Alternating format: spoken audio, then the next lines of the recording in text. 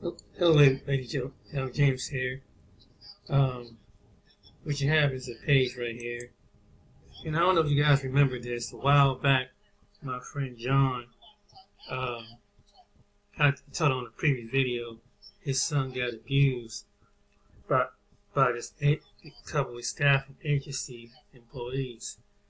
And I think I showed on one of my videos where I showed the other guy where he abused his son. And so he got sentenced, I think like 11 months in 11 months in prison. This young man gonna be sentenced to 7 months in prison, and yeah, it was a real messy case because it's like everything was going against him. It's almost like I was talking to my friend John early, and he seemed like the prosecutor that was prosecuting this case acted like they really didn't want to prosecute it, and it was a big old mess. But he got the victory for his son. This young man's going to prison for 7 months. But here's the story. I'm gonna let you listen to it.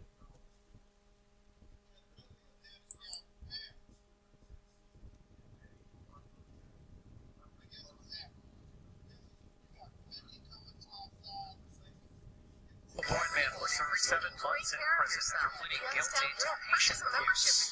20-year-old George Gunther worked for a behavioral health clinic back in November of 2022.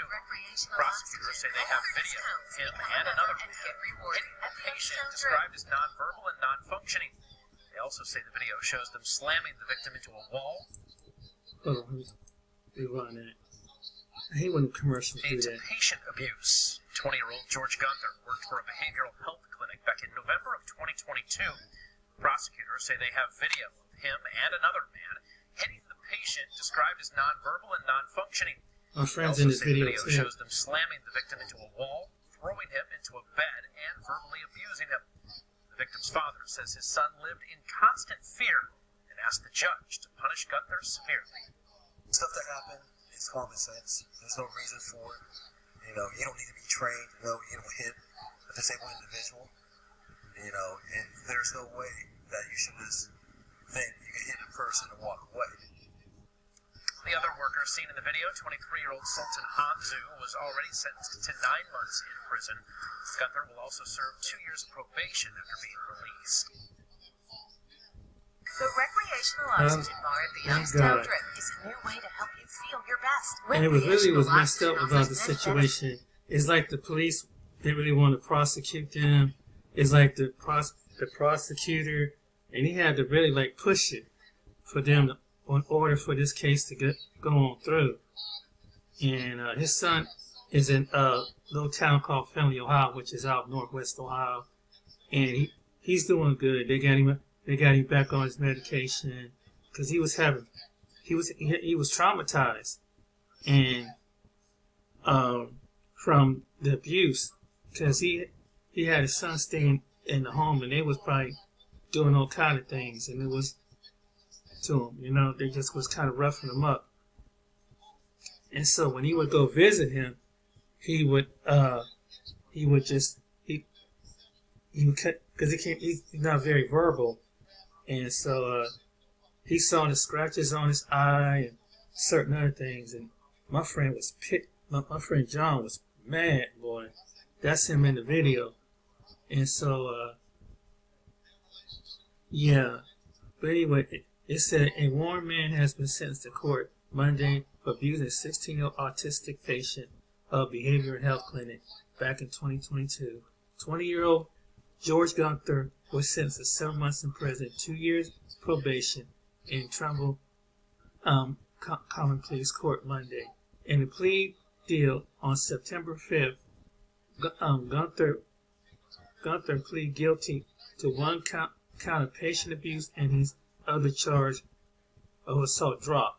Gunther initially scheduled for a jury trial, but a plea deal was taken. Instead, the charge stems from an incident from back in November of 2022 where Gunther, alongside co-worker Sultan Hanzon, abused the boy and was described as autistic and non-functioning. Prosecutors said that the video evidence of Gunther and Hanzon reportedly striking the boy, slamming him against the wall, throwing him into the bed, verbally abusing him at Penny's Behavior Healthcare in Hubbard, Ohio. In the court, Gunther began apologizing for just what he said. He said for what he did, but didn't change his mind, and he tried to convince the judge that his actions were justified because it was a difficult patient. And this is what he said. He said that I can't sit here and tell you guys that I'm guilty, but I'm not. Gunther told the judge, I got abused every single day I went to work. Every single day. Not one day came off. I got bit almost every day. I scratched. I got headbutted. I got thrown things at me. The victim's father, John Shaver, told the judge that said his son lived in constant fear and asked for a severe punishment. The stuff that happened is common sense. There's no reason for it. You don't need to be trained to know you don't hit a disabled individual, and there's no way you should just think you can hit a person and walk away, Shaver says. Hansel pleaded guilty to his charges, and his case is back in March of 2023. He too pled guilty to patient abuse, and his charge dismissed. He was sentenced to 9 months in prison back in April 2023. Both men avoided a maximum. They could have got 18 months in prison for the charge. Prosecutors originally suggested a sentence of 9 months in prison, a $5,000 fine, and 2 years of probation, once released for Gunther. However, the judge felt Hansel's actions were more egregious than Gunther's, so he handed down a shorter prison sentence. So there you have it. So what happened was they roughed him up, and not only that, it's almost like the cops were it's like they weren't really doing their part on the job. The prosecutor wasn't really. It's like they was kind of dragging their feet. He wanted to get this thing done. Then the hospital, because his son had an episode, and so John had a problem getting properly trained staff in his home to help him with his son. So him and his wife, they're up in middle age, and it's kind of hard because the boy is super strong, and you need someone to kind of hold him, just kind of properly maintain him. And there's people trained to do that. They're trained to escalate the situation, but obviously they didn't do it the right way. So I'm kind of glad for my friend John, man, because he's been so stressed out about this case, man, and now he has to go and fight. So the situation with the hospital, where they called children's services on my friend John, and he temporarily kind of lost custody, so he's fighting to get his son back, and they wouldn't let him. They barely wanted to go see his son up there in Friendly, Ohio, because the MRDD people had control. So it's a big mess up there. But the reason why this went through is because they weren't doing the job, and he's still fighting it. Then he's gonna come. He told me recently he's gonna sue the police department, the hospital, and everything. And I told him, go for it, man, because if the police try to drag their foot on it as far as the report, the hospital basically started all this mess. They could have worked with him, saying, hey, since this person doesn't have properly staffed, but they didn't care. They just wanted to shove him out the door. And it was a pretty messed up situation. These hospitals, and I made a video about that, when it comes to something dealing with someone who have a disability or mental issues, they really don't want it. It's almost like they don't want to be bothered with it.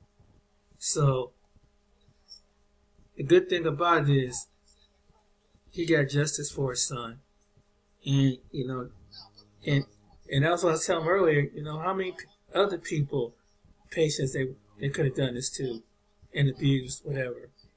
And like John said, he said, I'm not just doing this for my son, but I'm doing it for a lot of people out there that probably don't know that their loved one is being abused. And I understand that this sometimes they do stuff, but they don't really mean to do it. It's just that they act out in a different way. But it didn't call for someone to beat on an innocent person when they really don't know in their mind what they're doing. Their mind, is different with the trauma and everything.